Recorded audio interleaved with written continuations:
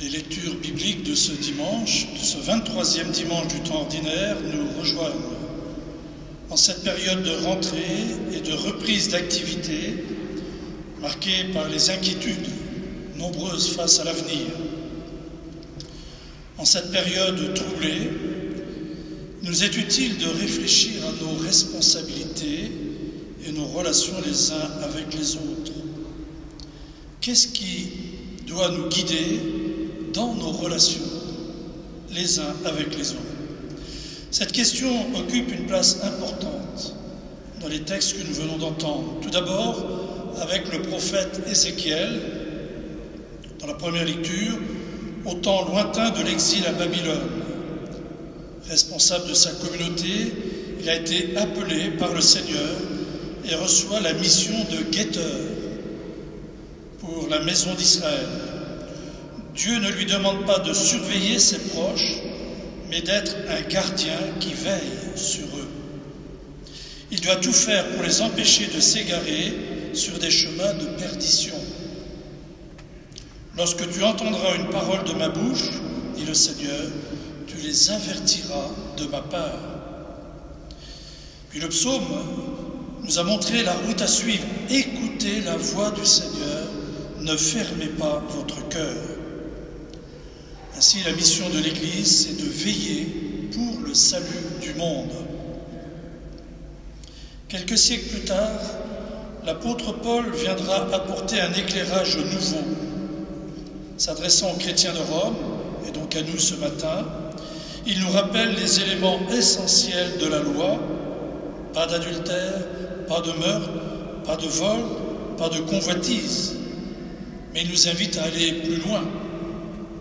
Ces commandements et tous les autres se résument dans cette parole, écrit Paul: tu aimeras ton prochain comme toi-même. Le plein accomplissement de la loi, c'est l'amour. Le plein accomplissement de la loi, c'est l'amour. Oui, l'amour doit être au cœur de nos relations, que ce soit en famille, dans l'Église, bien sûr, et dans la société. Dans l'Évangile, Jésus nous enseigne la correction fraternelle à l'intérieur de la communauté des croyants pour faire la vérité avec ceux qui nous entourent. Et ce que nous devons faire quand un chrétien agit mal et s'égare. Cela est difficile et délicat, bien sûr. Alors n'oublions jamais que nous sommes nous-mêmes pécheurs. Alors nous pourrons essayer de lui dire avec amour ce qui nous semble blesser le cœur de Dieu. En lui parlant personnellement pour ne pas l'humilier, je peux en effet lui expliquer son égarement. Non pas pour lui faire la morale, mais pour lui dire, avant toute autre chose, qu'il est aimé de Dieu. Et lui montrer, bien sûr, le chemin qui peut le sauver. S'il n'écoute pas, suggère Jésus, prenons un chemin progressif. D'abord 2 ou 3 personnes, puis la communauté de l'Église. Nous ne devons jamais oublier qu'avant d'être un coupable, celui qui a péché est d'abord notre frère, qu'il faut aimer, un malade qu'il faut soigner et guérir.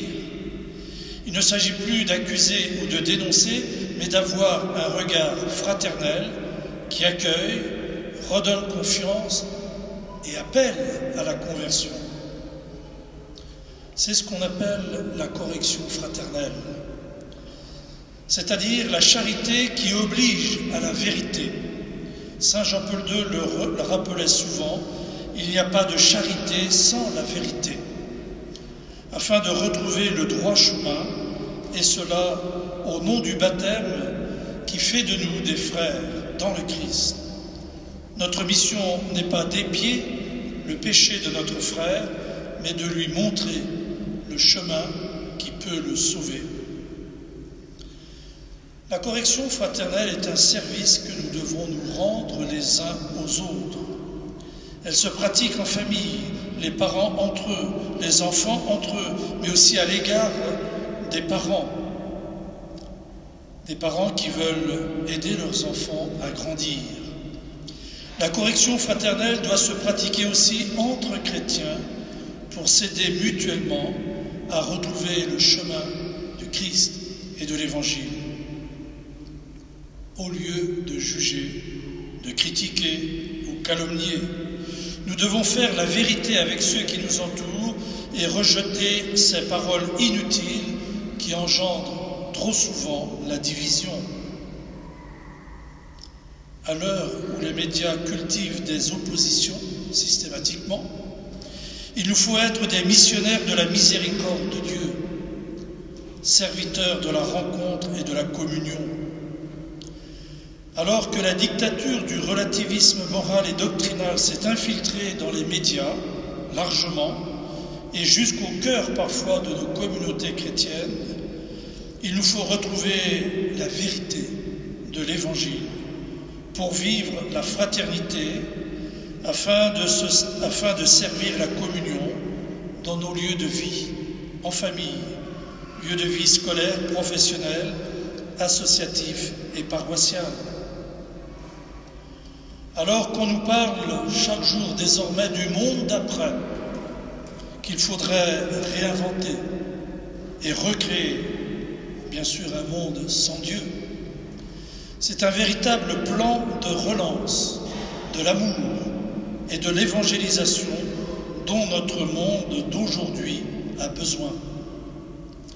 Un amour don de Dieu pour la vie des hommes, appelés à vivre en frères qui se soutiennent et se rencontrent sans avoir peur les uns des autres. Dans l'Évangile, Jésus nous appelle à nous unir dans la prière, source avec les sacrements de l'Église, source de la communion. Quand nous sommes réunis en son nom, il est là réellement présent, en particulier dans l'Eucharistie qui rassemble et qui nous fait entrer dans la communion d'amour qui unit Jésus à son Père et notre Père. N'oublions jamais que pour gagner tous ses frères, Jésus s'est donné jusqu'au bout, en sacrifice, jusqu'à la mort sur une croix. Alors aujourd'hui, ne fermons pas notre cœur, mais écoutons la voix du Seigneur. Que l'Esprit Saint nous éclaire et nous fortifie pour que nous nous acquittions de la dette de la charité fraternelle, avec douceur et compassion. Il en va de la communion dans nos familles et dans nos communautés chrétiennes, et donc aussi de notre dynamisme missionnaire pour annoncer l'évangile de la vie et de l'amour, de la miséricorde et de la paix. Amen.